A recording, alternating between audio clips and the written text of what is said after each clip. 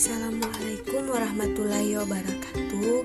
Kami dari kelompok 2 Praktikum Teknologi Sediaan Steril ingin memaparkan materi tentang CPOB obat tetes mata.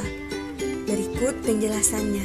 Baik, perlu kita ketahui apa sih sediaan steril? Sediaan steril adalah sediaan yang selain memenuhi persyaratan fisika kimia, ia juga persyaratan steril. Nah, steril berarti bebas mikroba, dan sterilisasi adalah proses untuk mendapatkan kondisi steril. Nah, untuk pembuatan produk steril ini, dia hendaklah dilakukan di area bersih. Dengan memasuki area ini, hendaklah melalui ruang penyangga udara untuk personel atau peralatan dan bahan. Area bersih ini dia hendaklah dijaga tingkat kebersihannya sesuai dengan standar kebersihan yang ditetapkan dan dipasok dengan udara yang telah melewati filter dan efisiensi yang sesuai. Nah, di sini ada kategori kelas kebersihan. Kelas kebersihan ini ada terdiri dari 4 kelas. Yang pertama itu kelas A, di mana kelas A ini dia zona untuk kegiatan yang berisiko tinggi, misalnya zona pengisian, wadah tutup karet, ampul dan filter buka, dan penyambung secara aseptis. Umumnya, kondisi ini dia dicapai dengan memasang unit aliran udara laminar atau laminar airflow di tempat kerja. Sistem udara laminar hendaklah dia mengalirkan udara dengan kecepatan merata berkisar 0,36 sampai 0,5 meter per detik, atau dia nilai acuan pada posisi kerja dalam ruang bersih. Dan untuk kelas B, dia untuk pembuatan dan pengisian secara aseptis. Kelas ini adalah lingkungan latar belakang untuk zona kelas A. Dan untuk kelas C dan D, ini dia area bersih untuk melakukan tahap proses pembuatan yang mengandung risiko lebih tinggi. Di sini ada tabel sistem tata udara untuk kelas kebersihan.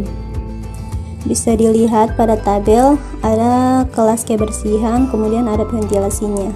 Untuk yang tabel kelas kebersihannya itu ada kelas A, kelas B, kelas C, dan kelas D. Kemudian ventilasinya itu ada bagian dari bangunan sesuai kelompok kegiatan dan tingkat kebersihan, kemudian ada suhunya, ada kelembabannya, ada efisiensi saringan udara akhir, kemudian ada pertukaran udara per jam dan keterangan. Selanjutnya ada rekomendasi jumlah partikel di lingkungan produksi. Bisa dilihat tabelnya. Untuk yang kelas A, non operasionalnya itu lebih dari 0,5 nanometer dia 3520, dan lebih dari 5 nanometer dia 20. Yang operasional itu sama dengan non operasional untuk kelas A. Kemudian kelas B lebih dari 0,5 nanometer dia 3520. Untuk yang lebih dari 5 nanometer dia 29. Kemudian yang operasional lebih dari 0,5 nanometer dia 352.000, dan lebih dari 5 nanometer dia 2.900. Untuk yang kelas C lebih dari 0,5 nanometer 352.000, lebih dari 5 nanometer dia 2.900. Untuk yang operasional lebih dari 0,5 nanometer dia 3.520.000, dan lebih dari 5 nanometer dia 29.000. Dan untuk yang kelas D dan E kurang lebih sama, yaitu lebih dari 0,5 nanometer 3.520.000, dan lebih dari 5 nanometer dia 29.000. Untuk yang operasionalnya itu untuk lebih dari 0,5 dan lebih dari 5 nanometer itu dia tidak ditetapkan. Produk steril dibahas khusus dalam Aneks 1 CPOB 2012. Perlu pengawasan khusus. Ada 2 jenis pembuatan, yaitu aseptis dan sterilisasi akhir. Semuanya perlu pemantauan kandungan mikroba dan partikel. Ruang masuk ke area proses harus lewat penyangga udara dengan tekanan udara yang diatur. Diperlukan tingkatan ruangan untuk masuk ke pengolahan. Perlu pemantauan mikroba dan partikel di udara ruang. Sanitasi dan higien personalia diawasi saksama.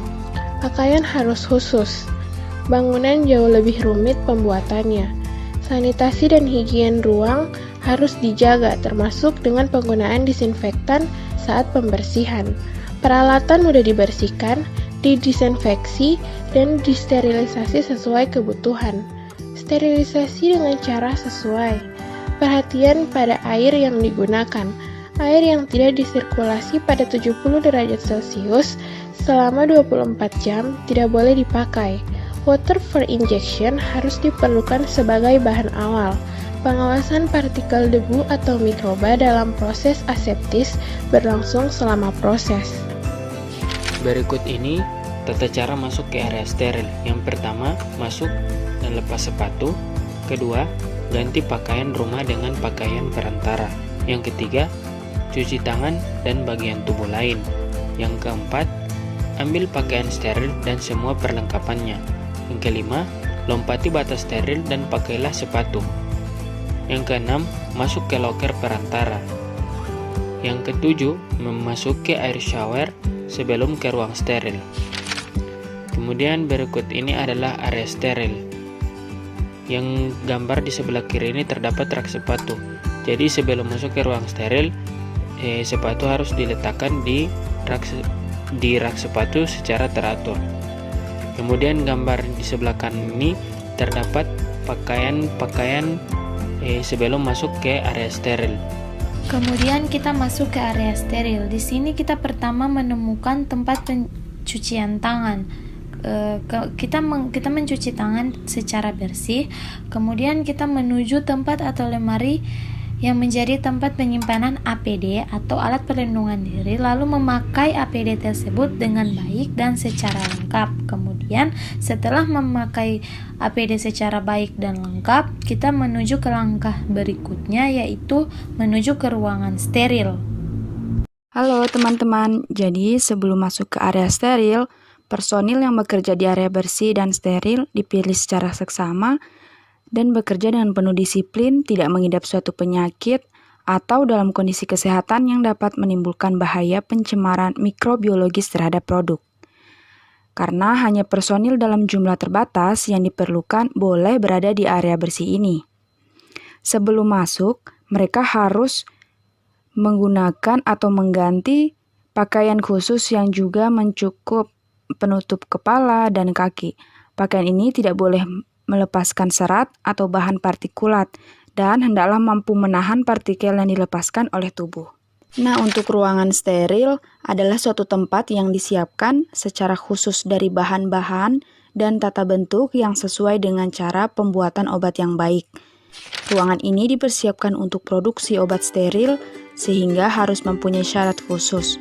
Obat atau bahan obatnya harus mempunyai kepastian bebas dari kontaminasi. Ya, selanjutnya adalah tata letak ruang produksi steril dengan cara aseptik.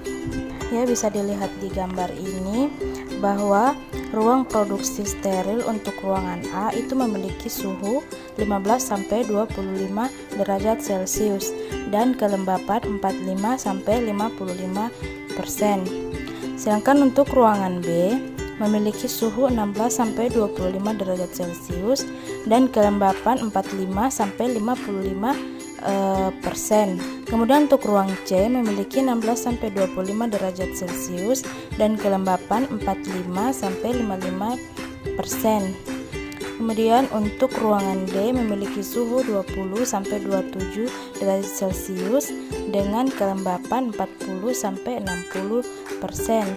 Untuk ruangan E, suhu 20-27 derajat Celcius dengan kelembapan maksimal 70%.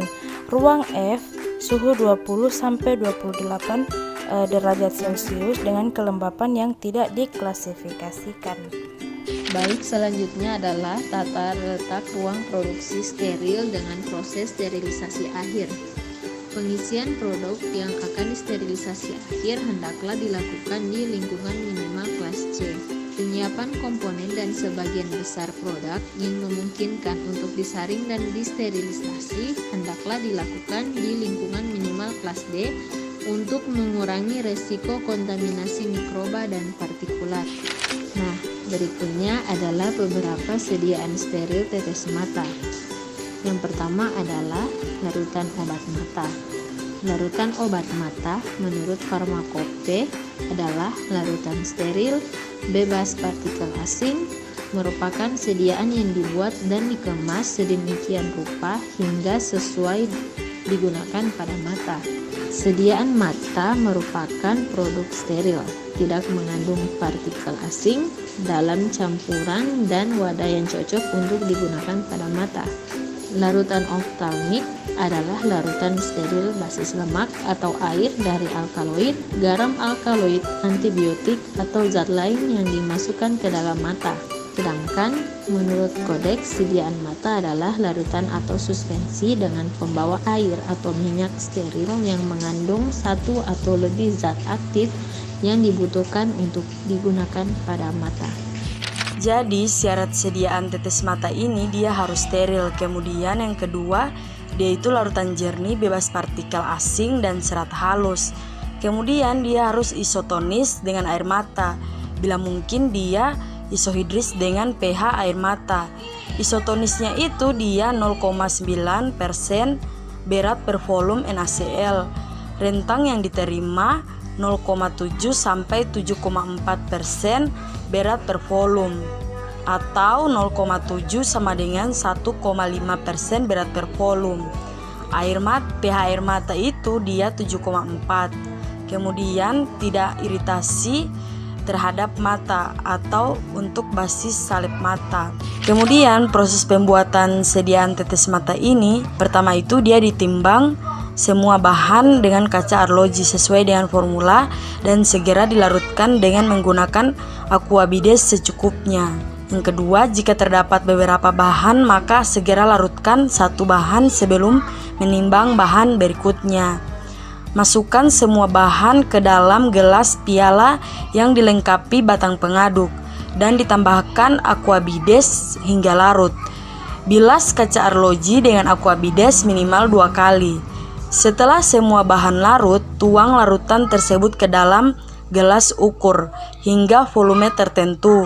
Di bawah volume akhir yang diinginkan, misalnya itu dia dibuat dalam larutan 100 ml, maka larutan dalam gelas diukur tepat 75 ml. Kemudian basahi terlebih dahulu kertas saring lipat rangkap 2 dengan menggunakan aquabides. Air pembasah ditempatkan dalam satu Erlenmeyer. Saring larutan dalam gelas ukuran ke dalam Erlenmeyer bersih dan steril melalui corong dan kertas saring yang telah dibasahi. Bilas gelas piala dengan aquabides, tuang hasil bilasan ke dalam gelas ukur hingga tepat 25 ml dan saring ke dalam Erlenmeyer yang berisi filtrat larutan tersebut.